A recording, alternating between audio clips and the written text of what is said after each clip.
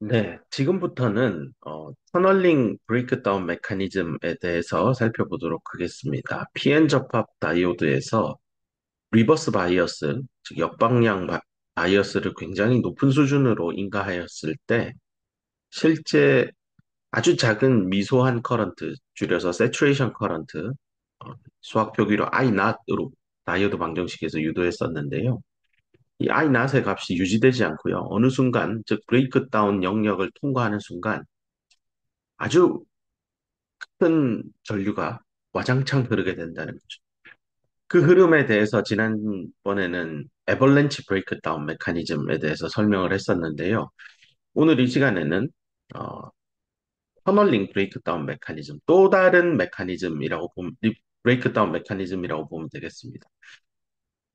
주로 이 터널링 브레이크다운 메커니즘이 일어나는 것은 P형과 N형 양쪽을 둘 다 진하게 도핑한 경우, 즉 둘 다 degeneratedly 도핑을 한 경우에 주로 일어나는 메커니즘이다라고 생각하면 되겠습니다. 뭐 이 단어만 먼저 설명을 하면 터널링 브레이크다운 메커니즘이니까 양자역학에서 얘기하는 터널링 현상으로 인해서 브레이크다운이 잠깐만요. 브레이크다운이 일어나는 것이겠죠. 잠시만요.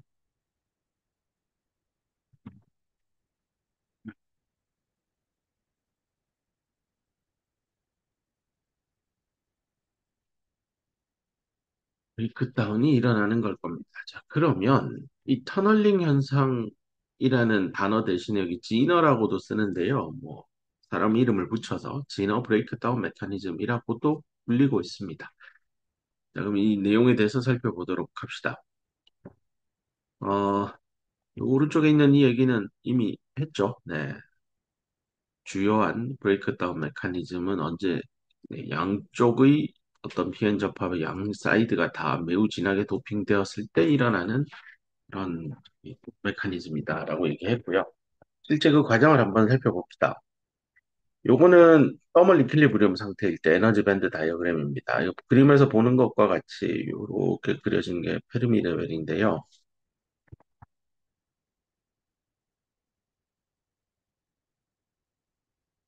요 페르미 레벨이 컨덕션 밴드에 거의 붙어 있죠.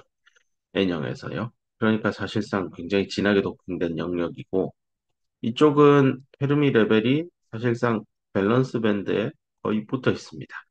그래서 이것도 P 플러스인 걸 확인할 수 있습니다.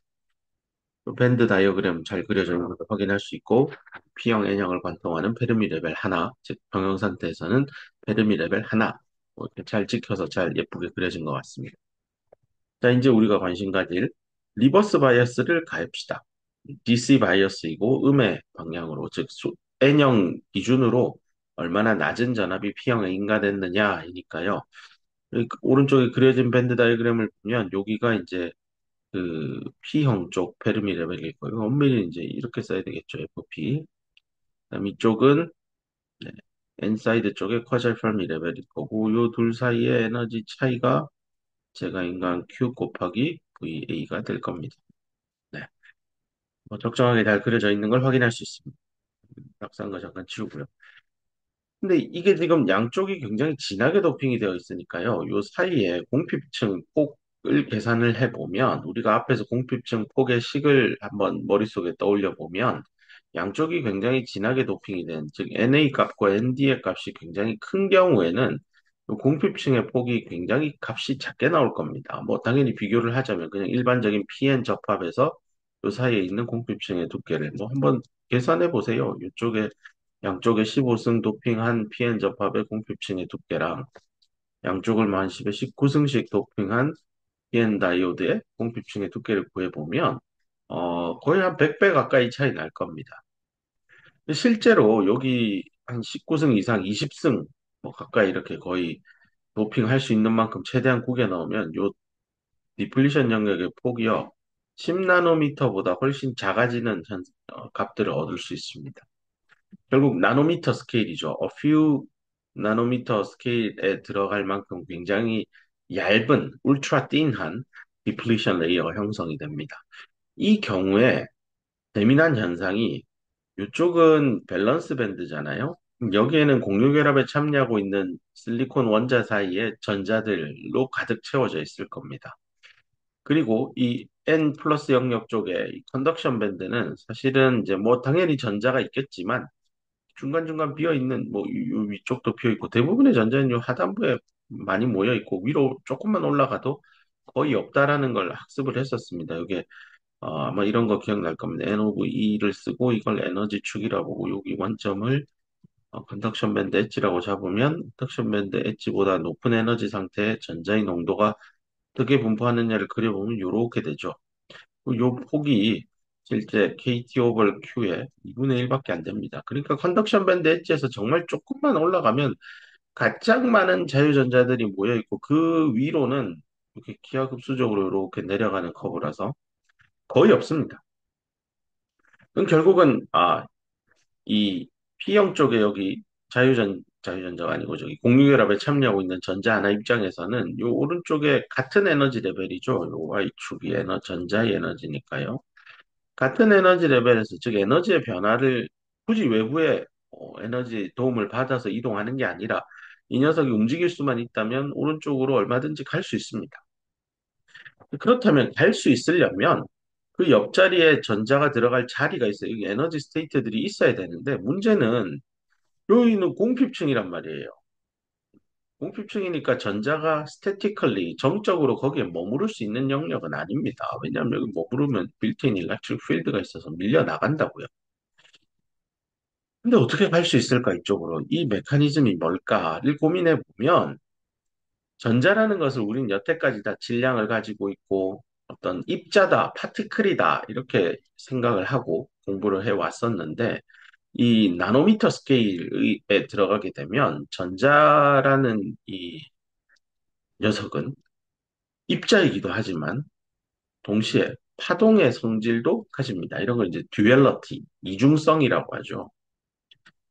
그래서 이게 이런 지금 현 터널링 브레이크다운 메커니즘 공부하고 있는데 전자가 이렇게 이동해서 전류가 그럼 요 방향으로 흐르는 거겠죠. 이게 이제 리버스 바이어스의 음의 전류가 되겠죠. 요 흐름은 우리가 알고 있는 입자로서 전자를 놓고 이 흐름이 생긴다라고 하면 설명이 불가능해요. 근데 실제 측정은 된단 말이에요. 그럼 도대체 얘는 뭘까? 결국은 전자가 가지는 파동의 성질로 이 음의 방향으로 흐르는 전류가 설명이 된다면, 그러면 맞는 거죠. 자, 그럼 파동의 성질이라고 하면 뭐 더 복잡하게 양자역학을 설명할 마음은 없고, 파동이니까 이렇게 웨이브한 특성을 가질 겁니다. 아주 쉽게 설명하면 이게 파동이니까 결국 이렇게 해서 요 어딘가에 요 1번 전자의 파동이 파동 오브 전자 1. 이 여기에 있을 거예요. 이걸 이제 파동이니까 이렇게 이해가 되는데 이걸 다시 입자로 생각하면 1번 입자가 A 지역에 있는데 여기 1번 입자가 B 지역에도 동시에 존재할 수 있을까요? 이런 얘기로 넘어가는 거죠. 파동이면 존재할 수 있는 거죠. 근데 대신에 이런 파동의 특성이 부각되려면 제대로 이게 드러나서 측정이 되고 이해하려면 이 파동의 성질을 관찰하고 그게 유효한 영역은 수 나노미터 스케일 안으로 들어와야 돼요. 이거보다 커버리면 파동의 성질은 다 묻히고 입자로서의 전자 특성만 우리는 인지하게 되는 거죠. 자, 그래서 지금 제가 파동의 얘기를 나오고 터널링이라는 단어를 쓰고 막 하는데 양자역학 나오는데 그 모든 근원은 이 공핍층의 폭이 지금 그림상에는 뭐 꽤 넓어 보이는데 뭐 5나노다, 10나노다 뭐 이렇다는 뜻입니다. 자, 그럼 파동의 특성 때문에 전자 1번이 이쪽으로 넘어왔다는 거죠. 제가 그림은 지금 입자처럼 그리고 있지만 이 파동이 이렇게 생겨서 여기 넘어왔다는 겁니다. 그러니 다시 파동의 성질은 잠깐 내려놓고 뭐 파동에 의해서 어쨌건 전자 1번이 P형에 있다가 N형으로 온 거잖아요. 그러면 그러면 뭔가 간 거네. 근데 여기는 원래 전자가 존재할 수 없는 공간인데 이걸 어떻게 뚫고 갔지? 이런 현상을 이제 뭔가 뚫고 지나가니까 터널 되어서 갔다라고 표현하는데요. 우리 뭐 고속도로에 가보면 이렇게 높은 산이 있으면 우리 자동차가 있으면 이 산을 올라가는 방법은요. 그 산에 능선을 따라서 꼬불꼬불꼬불꼬불 올라간 다음에 다시 쭉 꼬불꼬불 내려오면 돼요.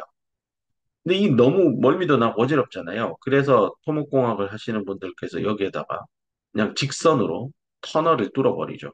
그러면 여기 산 왼편에 있던 자동차가 산 우측편으로 네, 쭉 뚫고 지나오죠. 원래라면 에너지를 높여서 이렇게 이동해야 함이 마땅하죠.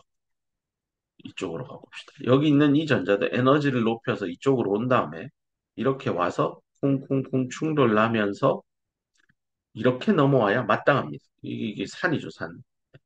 에너지 장벽을 넘어서 온 거죠. 하지만 이런 터널이 제공되면 자동차가 그냥 다이렉트로 뚫고 들어옵니다. 여기서 자동차의 위치 에너지는 변화 없습니다. 그냥 뚫고 지나간 겁니다. 똑같은 논리로 에너지 밴드 다이어그램에서도 보면 단 하나의 에너지 값에서 전자가 뚫고 지나가서 우측편 N형으로 간 겁니다. 대충 어떤 물리 현상이 일어나고 있는지 조금은 쉽게 이해하지 않았을까 기대해 봅니다. 그래서 리버스 바이어스를 P 플러스 N 플러스 접합에 뒀을 때 전자가 이와 같이 P형의 밸런스 밴드에서 N형의 컨덕션 밴드에 비어있는 에너지 스테이트로 전자가 마구마구 이동할 수 있습니다. 이 일이 일어나려면 같은 에너지 레벨 선상에서 P 플러스 영역의 밸런스 밴드에 가득 차 있는 전자가 공핍층 인근에 있어야 할 것이고 또 하나는 N 플러스 반도체 영역 안에 여기에 비어있는 에너지 스테이트가 같은 에너지 레벨에 보여야 합니다. 그러니 평형 상태 내지는 0보다 뭐 이거를 굉장히 크다라고 하면 얘는 살짝 작다고 합시다. 그 경우에 밴드 다이그램을 그려보면 아마 요 정도 요렇게 되겠죠? 네, 살짝 낮춘 겁니다. 그 경우에 이 녀석이 이쪽으로 가서 여기에 비어있는 에너지 스테이트를 봐야 되는데 아직은 여기 자유전자 이 N 플러스 영역이니까 많이 채워져 있어요. 그래서 요 정도로 가야 비어있는 여기가 MT인데 요렇게 이동해야 되니까 이 터널링이 아니에요. 그럼 뭔가 여기서 조금 더 강하게 리버스 바이어스를 가하면 얘가 좀 더 휘어서 요렇게 꺾이겠죠. 요렇게 꺾이면 여기 에너지 스테이트로 요렇게 갈 수 있어요. 그러면서 공핍층의 폭은 더 줄어들죠. 제가 검은색, 빨간색, 파란색 보세요. 공핍층의 폭이 눈으로 확 줄어드는 게 보일 겁니다. 리버스 바이어스가 가해지면서 이렇게 공핍층의 폭을 줄여가면서 저기 저 이 뭐 여기에 비어 있는 에너지 스테이트가 요 1번 전자 입장에서 보이기 시작하는 거죠. 그래서 리버스 바이어스를 적당히 걸면 비어있는 에너지 스테이트가 안 보여요. 근데 리버스 바이어스를 강하게 걸어야만 여기에 비어있는 에너지 스테이트가 보이기 시작합니다. 이 경우에 이 공핍층의 폭의 두께가 수 나노미터에 다다르면 파동의 성질이 도미넌트하게 전자의 움직임을 설명하는 메커니즘이 되고 그 파동의 특성으로 인해서 P 플러스에 있던 전자가 N 플러스에도 존재하게 되고 이를 입자의 관점에서 이해해 보면 네, 넘어왔다. 터널을 뚫고 지나왔다. 라는 컨셉으로 설명할 수 있게 됩니다. 그래서 보통 이런 P 플러스 N 플러스 다이오드에서 뭐 이런 걸 이제 지너 다이오드라고 하겠죠. 지너 다이오드에서 이런 브레이크 다운이 일어나는 건 터널링 브레이크 다운인데 이제 본인 이름을 붙여서 지너 브레이크 다운이고 실제 일어나는 전압은 뭐 음의 값이어야 마땅한데 크기만 쓴 겁니다. 한 마이너스 5볼트 이상 그러니까 이게 결국은 N 플러스를 접지를 잡았을 때 P 플러스 쪽에 마이너스 5볼트인가 했다는 겁니다. 리버스 방향. 요 크기만 보세요. 크기 차이가 5볼트 정도 나도록 했을 때 그거보다는 작은 수준에서 빨리빨리 네, 일어날 수 있다는 겁니다. 이 얘기를 꺼낸 이유는 앞에서 배운 에벌렌치 브레이크 다운의 경우에는 상대적으로 이 브레이크 다운이 일어나는 전압의 크기는 다소가 높습니다. 그래서 P 플러스 N 플러스일 때는 브레이크 다운이 생각보다 낮은 수준의 리버스 바이어스 전압 크기에서 뻥 하고 터질 여지가 있고요. 하지만 P 플러스 N 플러스 아닌 조합들, PN, P 플러스 N, PN 플러스 이럴 때는 생각보다 높은 수준의 리버스 바이어스를 가해야만 에벌렌치 브레이크 다운이 일어납니다.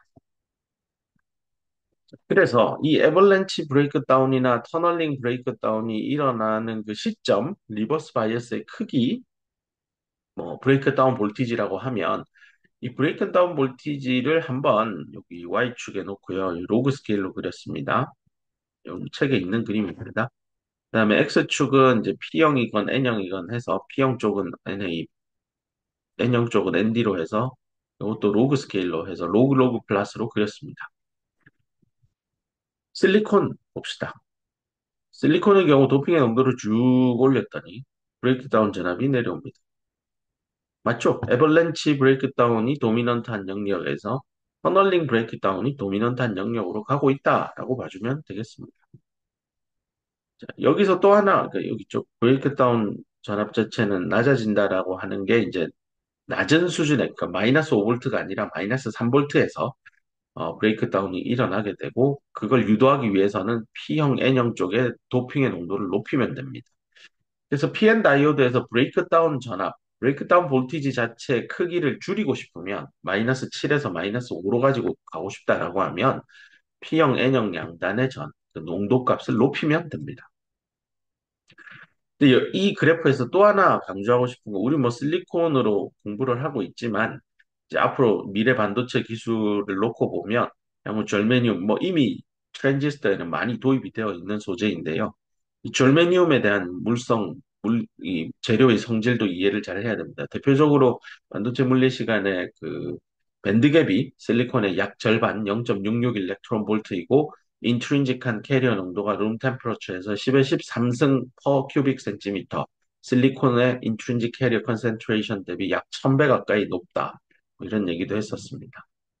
근데 만약에 실리콘으로 PN 다이오드를 만들지 말고 절메니움으로 PN 다이오드를 만들었다라고 한다면 동일한 도핑을 했을 때 브레이크다운 전압은 누가 더 낮을까요를 한번 고민해 보면 여기 이미 답이 나와 있죠. 절메니움이 더 낮다라고 돼 있는데 왜 더 낮을까를 한번 고민해 보면 에벌렌치 브레이크다운이 일어나려면 앞에 슬라이드 잠깐 가보면 결국은 여기 유입되는 전자, 여기 유입되는 홀이 얼마나 많으냐가 중요했잖아요.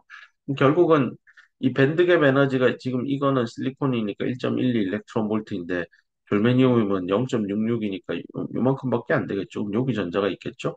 그럼 생각보다 많은 일렉트론 홀 페어가 여기 많이 만들어져 있고 뭐 그걸 대변하는 게 인트린직 캐리어 컨센트레이션이 실리콘 대비 뭐 약 1000배 가까이 많죠. 결국에 유입되는 전자가 많으니까 뭐 동일한 저기 요렇게 깨져 나갈 때 특히 요거 지난 시간에 설명한 대로 카이네틱 에너지가 밴드갭이 2분의 3배 이상은 돼야 하나 더 끌어온다고 했는데 요게 줄어드니까요. 잃어버리는 운동 에너 그러니까 얻게 되는 운동 일렉트릭 필드에 의해서 얻어지게 되는 운동 에너지가 생각보다 덜 얻어져도요. 실리콘 대비 이런 저기 EHP를 뜯어오는 브레이크다운 현상은 보다 빠르게 일어날 겁니다. 그래서 네, 절메니움은 네, 절메니움과 그러니까 밴드갭을 줄이게 되면 브레이크다운 전압의 그 크기 자체도 마이너스 7에서 마이너스 3까지 낮출 수 있다라는 얘기입니다. 거꾸로 얘기하면 밴드갭이 높은 소재를 쓰면 브레이크다운 전압은 증가하겠죠. 그래서 갈륨 알세나이드와 같은 소재가 1.42 일렉트론 볼트의 밴드갭 에너지를 가지니까요. 그래프상의 데이터 값도 다 이해가 될 거고 보면 같은 도핑 농도에 대해서 갈륨 알세나이드는 조금 더 높은 브레이크다운 전압이 나옵니다. 네. 그 다음에 설명할 얘기는 이 브레이크다운 전압이 온도에 어떻게 의존하고 있느냐 그 얘기를 좀 해보고 싶습니다. 이 얘기를 좀 더 흥미롭게 하자면 예를 들어 여러분이 PN 다이오드도 만들었고 P 플러스 N 플러스 다이오드도 만들었어요. 그리고 얘를 10편을 잘 만들어서 뭐 R&D 연구소에 잘 보관하고 있는데 뭐 지진이 나가지고요. 10편이 섞여 버렸어요. 이게 뭐 눈으로 도핑의 양이 얼마인지 현미경으로 들여다봐서는 볼 수 있지는 않습니다. 얘를 어떻게 섞여버린 이 10편 1번, 2번을 누가 PN일까? 찾아낼 수 있을까? 이런 고민을 여러분이 한다라고 생각하고 한번 본 슬라이드에 한번 내용을 공부해 봅시다. 여기서 다루고자 하는 건 브레이크다운의 온도 의존성인데요. 먼저 에벌렌치 메커니즘이 도미넌트한 경우라면 이 1번 시편이겠죠. 실제로 온도를 올려서 그러니까 상온 300켈빈에서 브레이크다운 전압 한번 측정하고 그다음에 한 400켈빈까지 올려서 또 브레이크다운 전압을 측정하는 거죠. 만약에 그 측정한 시편이 PN 1번 시편이었다면 아마 온도를 300켈빈에서 400켈빈으로 올리게 되면 브레이크 다운이 왜 안 일어나지? 300켈빈일 때는 VBR 값이 한 마이너스 5볼트였다가 400켈빈이 되면 VBR이 한 마이너스 8볼트 된다는 얘기입니다. 그러면 찾은 거네요. 아, 이게 서로 섞여가지고 어느 게 어느 건지 몰랐는데 답을 1번 시편이 PN이었네요 하고 답을 찾게 되는 거죠. 근데 왜 브레이크 다운 전압이 이렇게 크기가 늘어나는 거냐는 거죠. 온도가 늘어나면. 자, 이 얘기를 이해하려면 다시 애벌렌치 브레이크 다운이 일어나는 밴드 다이어그램을 한번 머릿속에 상상을 해서 이렇게 한번 그려봅시다. 전자가 이렇게 있는데 이렇게 들어가죠. 전기장이 이렇게 있으니까 가속 운동을 하고 그만큼 운동 에너지를 얻었단 말이에요. 근데 충돌을 하니까 여기 내려오고 이때 이 녀석이 2분의 3 밴드갭 에너지가 되면 이렇게 전자가 하나 올라오고 홀이 생길 겁니다. 그럼 전자는 하나인데 여기 새로 생긴 거 2번 생기죠. 이 경우에 온도가 높아지면 저 프로세스에 요렇게 들어가고 요렇게 충돌나는 프로세스에 어떤 변화가 생길지를 곰곰이 생각해 보면 온도가 올라간다고 해서 밴드갭이 바뀌나요? 안 바뀌어요. 온도가 올라가면 어떤 일이 생길까인데요. 온도가 일어나면 요렇게 이동하는 요 거리를 민 프리 패스라고 했어요. 이게 이제 자유 행정거리 뭐 굳이 직역을 하면 이게 의미하는 바는 프리 패스니까 충돌하지 않고 스캐터링 이벤트 없이 자유롭게 원활하게 앞으로 전진한 거리예요. 근데 그게 민이니까 평균 거리. 근데 온도가 300켈빈에서 400켈빈이 됐다라고 생각하면 아무래도 충돌이 일어날 확률이 높겠죠. 왜냐하면 포논 스캐터링. 이거 포논은 바이브레이팅 하는 실리콘 애텀들이고 바이브레이팅 하는 정도는 온도가 올라가면 더 많이 늘 거예요. 그래서 포논은 증가할 거고 그럼 저 포논과 자유전자가 충돌할 확률은 높아집니다. 그럼 결과적으로 얘는 빨간색이 300켈빈이면 400켈빈으로 온도를 올리면 요만큼밖에 못 가요. 그래서 요툭 떨어져야 돼요. 요 툭 떨어지는 요 운동 에너지가 이 부등식을 만족할 수 있을까? 만족 못 해요. 그러면 전자를 못 끌어올리겠죠? 그러면 그냥 또 가속 운동할 뿐이고 또 떨어지고 가고 떨어지고 떨어지고 뭐 이래요. 이러면 애벌렌치 현상 생긴 게 아니잖아요. 그럼 어떻게 하면 애벌렌치가 생기죠? 온도가 높음에도 불구하고 400켈빈으로 올렸음에도 불구하고 이 초록색 패스를 따라 이동하는 전자가 애벌렌치 브레이크 다운을 유도해내려면 어떻게 하면 되죠? 방법은 하나예요. 더 강한 브레이크 다운, 더 강한 리버스 바이어스, 더 강하게 가해주면 돼요. 더 강하게 가해주면 이렇게 되겠죠? 밴드가 이렇게 더 휘겠죠? 이렇게 더 휘게 되면 초록색, 초록색으로 섞이면 안 된다. 갈색으로 해볼게요. 그러면 아까 전에 온도가 늘어났으니 초록색 패스만큼 요만큼 이동했다 합시다. 근데 이번에는 더 많은 리버스 바이스를 가했으니까 떨어질 때 확 떨어져요. 그러면 요 부등식을 이제 만족할 수 있는 거예요. 그러면 이때 이제 전자가 하나 더 올라오고 두 개가 돼서 또 가고 또 떨어질 때 확 떨어지니까 또 전자 올라오고 뭐 이렇게 되면 에벌렌치 브레이크 다운 현상을 유도해낼 수 있습니다. 그래서 온도를 올렸을 때 원래 300켈빈에서 400켈빈으로 올리면 브레이크 다운 전압을 더 강하게 음의 방향으로 당겨줘야만 에벌렌치 브레이크 다운은 유도됩니다. 이유는 민 프리패스가 감소했겠죠. 감소했다는 건 포논하고 더 많은 충돌을 하고 있다라는 얘기죠. 그래서 여기 나옵니다. 민 프리패스가 줄어들었기 때문에 더 높은 온도에서 브레이크 다운, 어벌렌치 메커니즘을 유도하려면 VBR 값은 그 크기가 늘어나야 됩니다. 즉 마이너스 5에서 마이너스 8이 돼야 될 것입니다. 이걸 그래프로 전류전압 곡선 그래프로 그려보자면 요렇게 한 게 300켈빈에서 찍은 거면 400켈빈의 경우에는 이렇게 찍혀 나온다는 거예요. 만약에 1번 시편의 데이터가 이렇게 나왔다. 그러면 1번 시편은 PN 접합일 겁니다. 됐죠? 자, 이번에는 2번 시편에 대해서 봅시다. 2번 시편에 아직 PN일지 P뿔, N뿔일지 모른다라고 상상하고 온도를 300켈빈에서 400켈빈으로 올렸다라고 합시다. 사실 정답이 얘라고 합시다. 그러면 실제 IVA 커브를 찍었을 때, 뭐, 300켈빈일 때는 뭐, 동일하다라고 할 때, 400켈빈일 때 지금 P에는 이렇게 변했잖아요. 2번, 즉, P뿔, N뿔일 때는 커브가 어떻게 찍혀 나올까인 거죠. 정답부터 공개하면 이렇게 터질 겁니다. 요게 이제 400켈빈일 때 동작 특성입니다.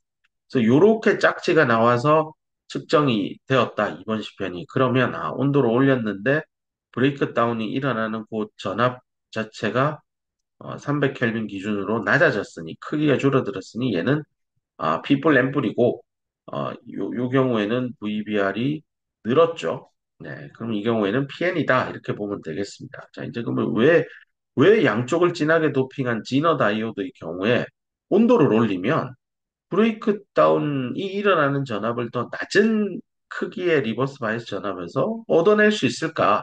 그 원리가 도대체 뭘까? 이것만 이제 이해하면 되겠습니다. 이 글을 읽어보면 터널링 메커니즘에 대해서요. 브레이크 다운 전압의 크기는 감소합니다. 언제 온도를 올리면. 지금 방금 전에 설명했죠. 이 케이스입니다. 이유가 뭘까? 나옵니다. 밸런스 밴드에 있는 전자의 플럭스인데요. 플럭스는 이제 단위 시간당 1초에 또 단위 면적당 1제곱센티미터에 몇 개의 전자가 슝슝슝 지나가느냐. 이 유량이죠, 유량. 플럭스. 근데 그 플럭스가 뭐에 이용 가능하냐면 터널링 현상에 이용 가능한 밸런스 밴드 내에 존재한 이게 밸런스 밴드 P형 쪽일 겁니다. P 플러스 영역 쪽. 거기에 있는 전자의 유량이 증가하기 때문에 온도를 올리니까 이 유량이 늘어난다라는 컨셉인데요. 오늘 설명을 앞에 벤 다이어그램을 써볼게요. 여기로 돌아와서 요, 요 플럭스가요. 온도가 300켈빈일 때 대비 400켈빈으로 늘어나게 되면 300에서 400이 되면 요 유량이 300일 때는 하나 간다라고 하면 400이 되면 온도를 올려줬으니 얘의 파동의 크기는 300일 때 이만하면 400일 때는 더 커진다는 겁니다. 400일 때 더 커지니까 플럭스의 양이 화살표 하나가 아니라 화살표 두 개가 되는 거죠. 그 말은 동일한 뭐 어떤 리버스 바이어스를 가했는데 그 전압 하에서 이렇게 해볼게요. IVA가 있는데 요게 300켈빈일 때예요. 요렇게 여기가 VBR 300일 때예요. 그리고 요거는 400켈빈일 때 전류전압 곡선이고 여기가 VBR 400이겠죠. 근데 내가 측정한 전압이 여기 VA라고 합시다. 요 정도 값을 주면 400켈빈에서는 반드시 브레이크 다운이 일어나지만 300켈빈에서는 안 일어나요. 자, 보세요. 300켈빈일 때는 요 유량이 너무 미미해서 요렇게 가지를 못해요. 뭐 거의 한두 개 가지 아직 전류가 급격히 늘어나진 않아요. 400켈빈이 되면 보는 대로 요 VA 전압에서는 무지막지하게 전류가 많이 흐르죠. 그 이유가 파동의 크기를 온도를 높여서 올렸기 때문에 주입되는 플럭스의 값, 즉 터널링 메커니즘, 여기 터널링 되는 메커니즘에 어베일러블한 활용 가능한 전자의 플럭스의 값이 늘어나고 있기 때문에 400켈빈일 때는 브레이크 다운이 보이지만 300켈빈일 때는 충분히 유량이 늘지 않아서 즉 아직 온도가 충분치 않아서 안 늘었다 이렇게 보면 되고 그래서 여기 동그라미 친 요게 이제 이해가 될 거. P 플러스 N 플러스의 경우에는 터널링에 이용 가능한 P 플러스 영역 내의 밸런스 밴드 안에 존재하는 전자의 플럭스가 온도 상승과 함께 증가하기 때문에 브레이크 다운이 일어나는 전압은 더 낮은 전압에서 일어나게 된다라는 겁니다. 자, 그럼 이 슬라이드를 설명할 때 원래 처음에 시작한 재미난 하나의 가정을 해봅시다라고 했죠. 여러분이 열심히 노력해서 만든 PN 접합과 P 플러스 N 플러스 접합 두 개의 시편이 있는데 밤사이에 뭔 일이 일어나서 섞여버렸습니다. 어느 게 어느 거지? 라고 할 때, 음, 온도를 바꿔가면서 리버스 바이어스를 주면서 전류전압 특성 곡선을 측정을 통해서 얻어낸 다음에 브레이크 다운 전압이 온도가 올라갔을 때 그 크기가 낮아지면 P뿔, N뿔, 높아지면 PN 접합. 이렇게 결론을 내릴 수 있을 것입니다. 자, 뒤에 있는 서머리는 한번 쭉쭉 자연스럽게 읽어보면 좋겠습니다. 그다음에 챕터 6.2로 넘어가는 그 내용을 여기 잠깐 설명하는 건데 그 얘기는 챕터 6.2에 가서 한번 보도록 하겠습니다. 그리고 요 강의 노트에서 앞에 부분을 다음에 요 브레이크 다운 먼저 하고 돌아올게요 했던 부분이 있어서 그 부분을 설명하고자 합니다. 자, 이 부분은 뭘 설명하려고 하냐면 일단은 캐리어 농도 프로파일, 즉 포워드 바이어스가 걸렸을 때랑 그다음 뒤에는 리버스 바이어스가 걸렸을 때 PN 접합입니다. PN 접합에서 포워드 걸고 리버스 걸었을 때 여기는 저기 공핍층 영역입니다. 마이너스 XP, XN이고요. 가운데가 물리적인 접합면. 자, 이렇게 봤을 때 지금 요 장표는 리버스 바이어스니까 리버스 바이어스가 걸렸을 때 요 QNR 영역 내에 어 저기 P 서브 N이니까요. 여기 홀 여기서 이쪽으로 주입된 건 포워드 바이어스 때 얘기고요. 지금은 리버스를 건 장표니까요. 그 근처에 있는 홀들이 어떻게 됐을까? 뭐 이런 고민을 좀 하려고 하는 거.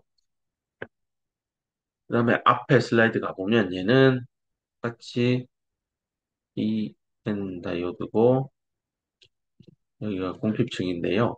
포워드 바이어스를 걸었으니까 여기 있는 홀이 이쪽으로 좀 넘어갔겠죠. 그러면 N형 반도체 안에 홀 농도니까 P 서브 N이고 그 값이 위치에 따라서 요 X 방향에 따라서 어떻게 되는지 좀 알고 싶다라는 얘기입니다. 자, 먼저 요 슬라이드부터 출발해 봅시다. PN 다이오드에 네, 요거 있으니까 여기가 공핍층이다라는 건 눈에 보일 거고 Y축이 의미하는 거는 여기 N 또는 P니까 그러니까 농도입니다. 농도. 그게 이제 캐리어 컨센트레이션이죠. 캐리어는 전자일 수도 있고 홀일 수도 있으니까요. 결국 캐리어 컨센트레이션을 Y축에 놓고 X 방향에 따라 어떻게 N이 또 이러네. 예? 잠깐만요.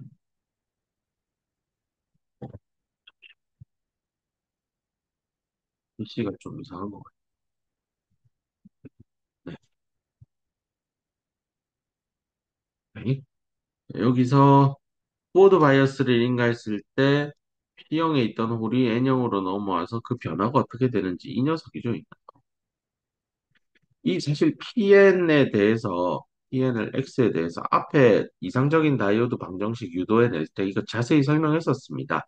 결국 이 식을 찾았죠. 우리는 그땐 이걸 찾았죠. 델타 PNX를 찾았었습니다. 물론 엄밀히는 인과한 전압 VA에 대한 변수까지 넣어서 이 수식을 찾았고 좀 더 그 전자나 홀의 이동의 대칭성을 확보하기 위해서 X 프라임 축을 놓고 여기를 X 프라임이 0 이쪽으로 가는 걸 X 프라임 이렇게 잡고 풀었었습니다. 뭐 결국 델타 PN을 안다라는 거는 PN에서 PN 낫을 뺀 거죠. 근데 얘는 상수잖아요. 네, 뭐 N형 반도체 쪽이 유니폼하게 도핑이 되어 있다라고 생각한다면 N형 반도체 전자의 농도는 결국 도너의 양에 의할 거고 얘가 X 방향에 따라 변치 않게 유니폼하게만 도핑이 잘 되어 있다라고 한다면 네, 여기도 ND로 해서 이렇게 쭉 X 방향에 따라 일정하게 그어놨죠. 그래서 유니폼하게 도핑이 되어 있는 N형 반도체 내에서 모조리티 캐리어인 전자의 농도는 변함이 없었습니다. 그러니까 NN이나 NN을 ND로 알고 있기 때문에 실제 PN 값은 저기 PN, NN이고 그다음에 이게 로 레벨 인젝션 조건을 만족하는 수준으로 저기 홀이 주입되죠. 실제 그 결과가 여기에 나와 있습니다. 이게 왜 로 레벨 인젝션인가요? 라고 하면 여기 있던 홀이 이쪽으로 들어온 양을 PN으로 표현했는데 그 값이 요 X 프라임이 0인 점, 공필층의 엣지를 가만히 보면 요 농도의 크기가 예를 들어 이게 로그 스케일이니까 이게 뭐 한 17승이다 이러면 대충 뭐 여기를 16승, 여기를 뭐 15승 정도 잡으면 뭐 충분히 낮게 100배 이하로 주입이 됐죠. 결국은 이 PN의 값이 N 낫을 건드리지 않습니다. 즉 ND 값보다 훨씬 낮게 주입이 되었다라는 게 이 그림에 나타나고 있습니다. 그래서 로레벨 인젝션 상황일 때 캐리어 컨센트레이션의 프로파일, X에 대한 함수로 나타낸 것이죠. 그래서 이렇게 그림을 그렸고 여기서 요 하단부에 있는 요 라인이 뭐냐면 ND분의 NI 스퀘어인데 요게 PN 낫이죠. PN 낫이 NN 낫분의 NI 스퀘어. 이거 몇 섹션로죠? NI 스퀘어고 NN 낫이 NN이랑 같고 뭐 그게 도너니까 요거죠. 그래서 요 ND분의 NI 스퀘어라는 요 지표는 PN 낫입니다. 여기 PN 낫의 지표가 될 거고 요 커브가 PN이니까 결국 PN은 PN 낫을 향해 수렴해 가겠죠. 왜냐하면 유입된 홀은 결국은 여기에 득실득실한 전제랑 다 재결합하면서 없어지니까요. 하지만 언젠가는 뭐 없어지겠지만 이 흐름이 이게 농도차죠. 그러니까 x 프라임이 0인 지점과 뭐 여기를 x 프라임 이꼴 뭐 1 마이크로미터인 지점이라고 한다면 요 둘 사이에는 이 pn 즉 홀 농도 여기는 홀 농도가 높고 여기는 홀 농도가 낮죠. 그래서 높은 데서 낮은 쪽으로 디퓨전에 의해서 홀이 이동하죠. 근데 이 홀은 N형 반도체 아니니까요. 소스 캐리어로서 디퓨전 되면서 이동합니다. 그 상황을 아무튼 하나의 그래프로 프로파일로 네, 농도를 X에 대한 함수로 한눈에 보이기 좋게 그랬습니다. 여기 직선으로 표시한 이유는 이게 로그 스케일의 리니어 스케일인데 Y축이 이게 직선이 나온다는 건 이거 리니어 저기 엑스포넨셜 함수로 표현되었다는 얘기이기도 합니다. 여기 직선이 나온 건요. 얘기를 했고, 그 다음에 여기 빗금친 이게 뭐냐? 이게 이제 그 excess carrier concentration입니다. 얼마나 많은 홀이 추가적으로 더 유입이 되었느냐? 그 양을 이제 graphically, 눈으로, 그림으로 보여주고 있다라는 얘기입니다. 지금 홀 얘기만 했는데 사실 보드 바이어스 그러면 전자도 이렇게 넘어오죠. 유입된 양이 여기 보일 겁니다. 그죠? 저게 이제 NP X 이퀄 마이너스 XP인 지점에서 네, NP 값이 될 겁니다. 그 다음에 요 P형 반도체 안에서도 소수 캐리어 이동도 NP-낫은 존재하겠죠. NP-낫은 PP-낫 분의 NI 제곱이니까 이 몇 섹션로죠? 그럼 NA 분의 NI 제곱이 되니까 여기 요 레벨로 그렸고 NP 값은 결국은 평형 상태 값을 향해 달려갈 거고 그 차이 값들 위치마다 다 다르죠. 그게 이제 앞에서 우리가 계산했던 NP를 X와 VA에 대한 함수로 얻었었습니다. 이게 다이어드 방정식 풀 때 스텝 1의 결과 목표였죠. 이제 편의상 대칭성을 확보하기 위해서 2' 축으로 놓고 여기를 X2'이 0이라 잡고 요 방향을 X2'이라 잡고 풀었었습니다. 자, 포워드 바이어스일 때 그냥 뭐 현황이라고 해야 될까요? 캐리어 컨센트레이션이 어떻게 되는지에 대해서 그래프로 한번 쭉 확인해 보는 상황이다. 네, 그러면 됩니다. 오케이. 자, 이번에는 리버스를 가봅시다. 리버스일 때는 뭔 일이 일어났냐인데요. 있는 글을 읽어보면 depletion of minority carriers at edges of depletion region이니까 depletion용의 엣지 UXNO 마이너스 XP 거기에서 소스 캐리어들이 이제 공핍이 된다, 없어진다 그런 컨셉입니다. 이게 이제 리버스 바이어스를 가하니까 밴드 다이그램 한번 떠올려 보세요. 이렇게 강하게 꺾여 있는 리버스 바이어스 이제 그림은 진짜 대충 그렸습니다. 디퓨전 랭스 이게 P형이니까 여기 전자가 있으면 전자의 저기 디퓨전 랭스 내에 여기 존재하는 전자는 확률적으로 들어오죠. 확률적으로 여기 전자가 들어가니까 여기 아무래도 전자 개수가 부족하겠죠. 그래서 여기 보세요. P형 반도체 안에 전자의 농도는 아마 여기가 마이너스 XP 빼기 LN쯤 될 겁니다. 엄밀히 이게 정확한 값은 아닙니다. 대충 그렇다는 겁니다. 해서 여기서부터 스물스물 전자의 농도가 줄어들어서 빠져나간다라는 얘기입니다. 요 현상입니다. 여기에서 전자가 나가니까. 그럼 똑같이 이게 N형 반도체 안에 소스 캐리어인 홀도 이렇게 유입이 되어서 이렇게 갈 텐데, 그럼 이쪽 편에, 즉, X 이꼴 플러스 XN인 지점에서부터 뭐 일정 거리 정도 떨어진 곳에 이 홀의 농도 값은 N형 반도체 안에 홀의 농도 값은 평형보다는 좀 낮은 수준으로 이렇게 유지된다라는 얘기입니다. 뭐 합리적인 판단이고 뭐 프로파일 잘 그려둔 것 같습니다. 그렇죠? 그 다음에 그 여기 유일한 전류 성분 흐름을 흘러가고 있는 유일한 전류 성분은 이제 소스 캐리어의 드리프트 때문에 일어나죠. 정션을 가로질러서. 뭐 그 얘기는 이미 학습했죠. 요렇게 가는 게 여기에 전기장이 공핍층 안에 존재하고 전기장의 때문에 이동하니까 드리프트 현상이고 정션을 어크로스 가로질러 가고 있고 예, 그게 PN 다이오드에서 리버스 바이어스를 걸었을 때 전류값은 마이너스 I 낫, 리버스 바이어스의 크기에 무관하게 일정한 전류가 흐른다. 이 흐름의 전류는 네, 요놈이죠. 요놈하고 요놈 때문에 생긴다. 뭐 그 얘기가 쓰여져 있고, 근데 그 리버스 바이어스 전류값은 결국은 뭐에 의해서 공급되느냐, 이거죠. 마이너리티 캐리어의 확산인데 정션 방향으로인 거죠. 결국은 요 방향으로 계속해서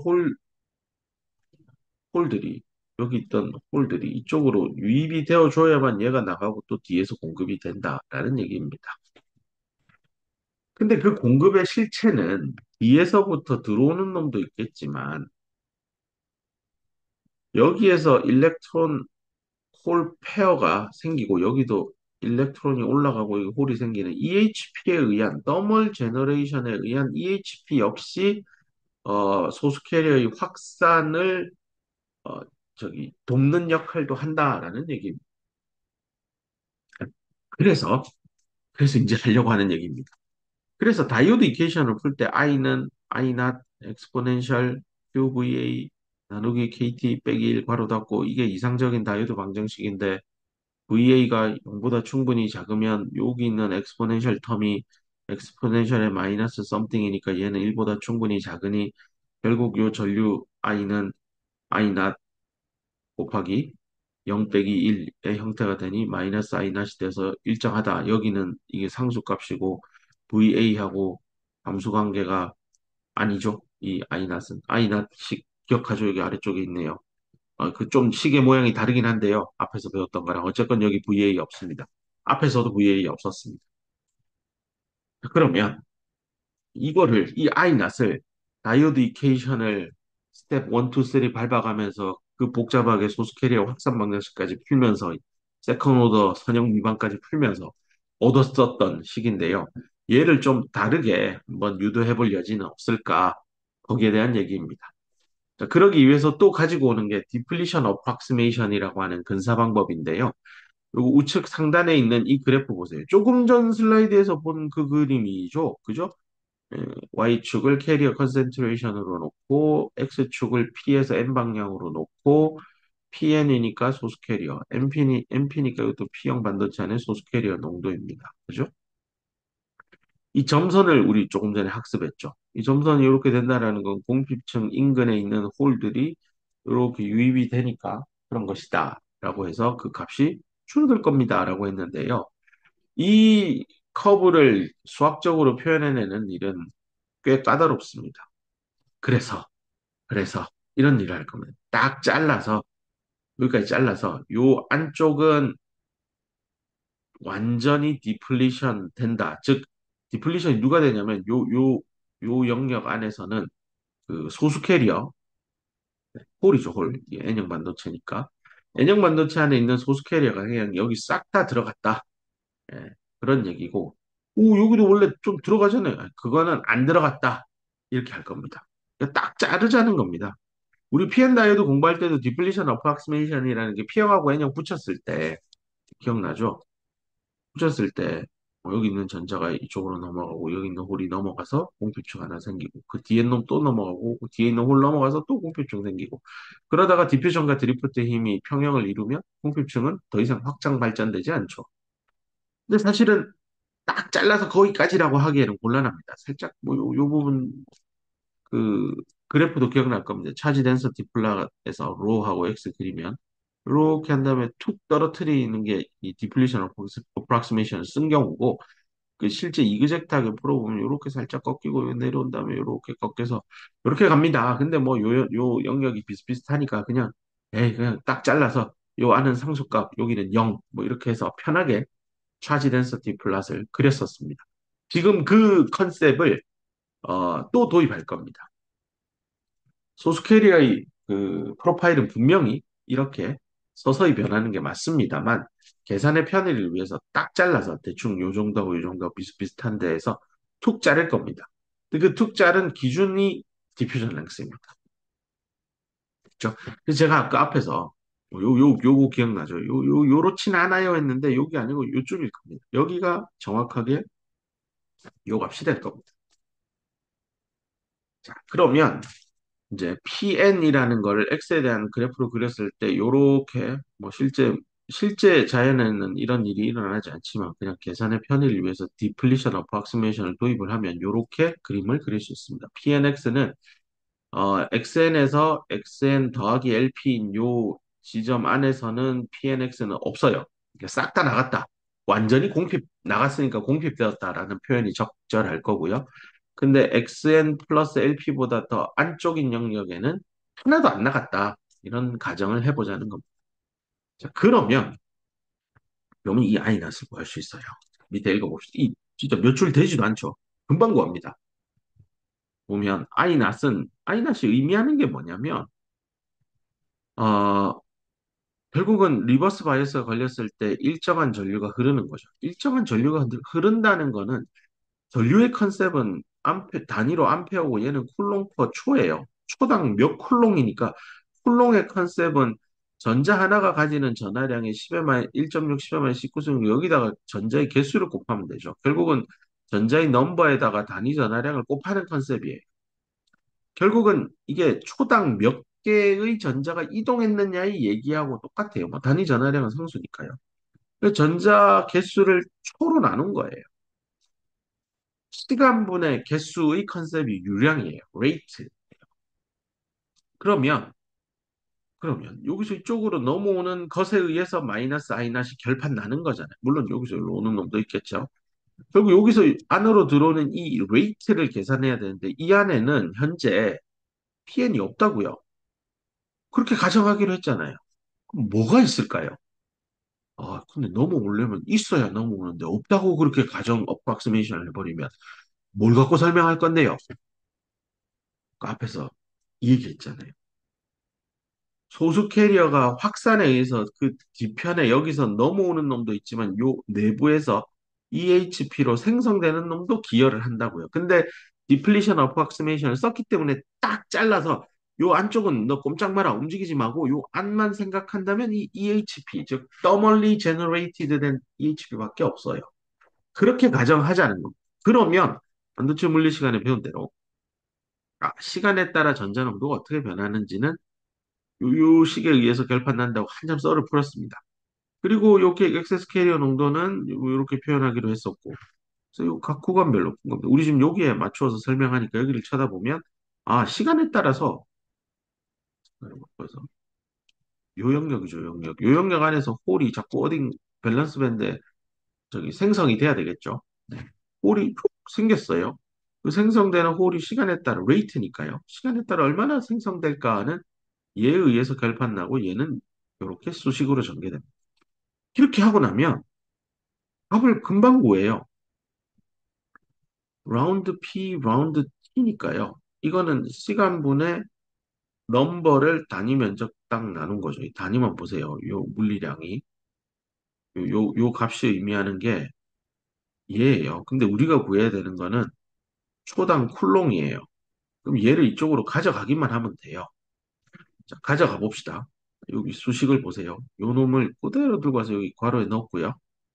단위를 맞추기 위해서 해야 할 일은 일단은 이 부피 없어야 돼요. 그러면 이게 분모죠, 나누기니까. 그럼 분자에다가 부피를 곱해줘야 돼요. 그러면 PN 다이오드가 이렇게 있는 상황에서 위로 뻗어 있는 요 단면적을 A라고 하고, 그럼 여기서부터 여기까지 이렇게 했을 때 여기가 단면적 A죠. 요 길이를 알아야 되잖아요. 요 길이 아까 뭐라고요? LP라 했잖아요. 그래서 A 곱하기 LP, 즉 요 공핍층, 요 영역의 부피를 곱하면 됩니다. 됐죠? A 곱하기 LP. 그럼 부피 요 단위를 어디다 쓸까요? 위로 올라가서 쓸게요. 초당 세제곱 센티미터당 개수를 뭘 곱했냐? 자, 부피 곱했죠. 그럼 이 없어지고. 그 다음에 해야 되는 게, 이게 뭘 곱한 다음에 이꼴 초당 쿨롱이 나와야 돼요. 그래야 암페어가 나오니까요. 요 네모에 들어갈 건 뭐냐? 일단 요 전자의 개수를 분모에 넣고요. 쿨롱이 필요하죠. 쿨롱을 넣으면 개수당 쿨롱이죠. 이 컨셉이 바로 이거잖아요. 1.6 10의 19. 요거를 수식적으로 Q라고 쓰니까 요 앞에 Q를 곱했습니다. 자, 이렇게 하고 나면 N형 반도체에 있던 소수 캐리어인 홀이 리버스 바이어스 환경 하에서 공표층 인근에서 thermally generated 된 홀에 의해서 우주의 N형, P형 쪽으로 확 넘어가는 그 유량입니다. 레이트입니다. 근데 그걸 전류의 컨셉으로 바꾸기 위해서 단위 전하량과 그 해당 영역, 여기 저 동그라미 친 요 영역 내 부피를 곱해준 겁니다. 이 일을 이 일만 하면 아이낫을 구하는 건 아니죠. 아이낫은 여기 P형 반도체에 있는 소스 캐리어인 전자역시 쪽으로 넘어가서 이렇게 확산 정션을 가로질러 가니까요. 그 값도 구해야 되니까 똑같은 논리로 여기 안에 있는 부피 곱하고 단위 전하량 곱하고 그 유량 시간에 따라 전자가 얼마나 유입되고 발생되고 있느냐 그걸 여기다가 곱한 겁니다. 이렇게 해서 I낫을 구한 겁니다. 이렇게 해서 I낫 구하면 이 식이요. 앞에 다이오드 방정식에서 푼 I낫하고 똑같아요. 다르지 않습니까? 거기는 라이프 타임 없던데요. 거기 디퓨전 상수 있던데요. 디퓨전 상수를요. 저 랭스는 d 타우입니다. 요 컨셉도 n 이렇게 붙이고 해보면 식이 똑같다는 걸 확인할 수 있습니다. 자, 이렇게 해서 본 슬라이드에서 설명해야 될 부분들은 네, 다 설명한 것 같습니다. 네, 다음 시간에는요, 이 이상적인 전류전압 곡선에서 실제 측정한 전류전압 곡선을 비교를 할 겁니다. 즉, 아이디어란 거랑 프랙티컬한 리얼 IV를 서로 비교했을 때 뭐가 차이 나는지를 하나하나 살펴보는 시간을 가지도록 하겠습니다. 자, 강의 듣느라 고생했습니다.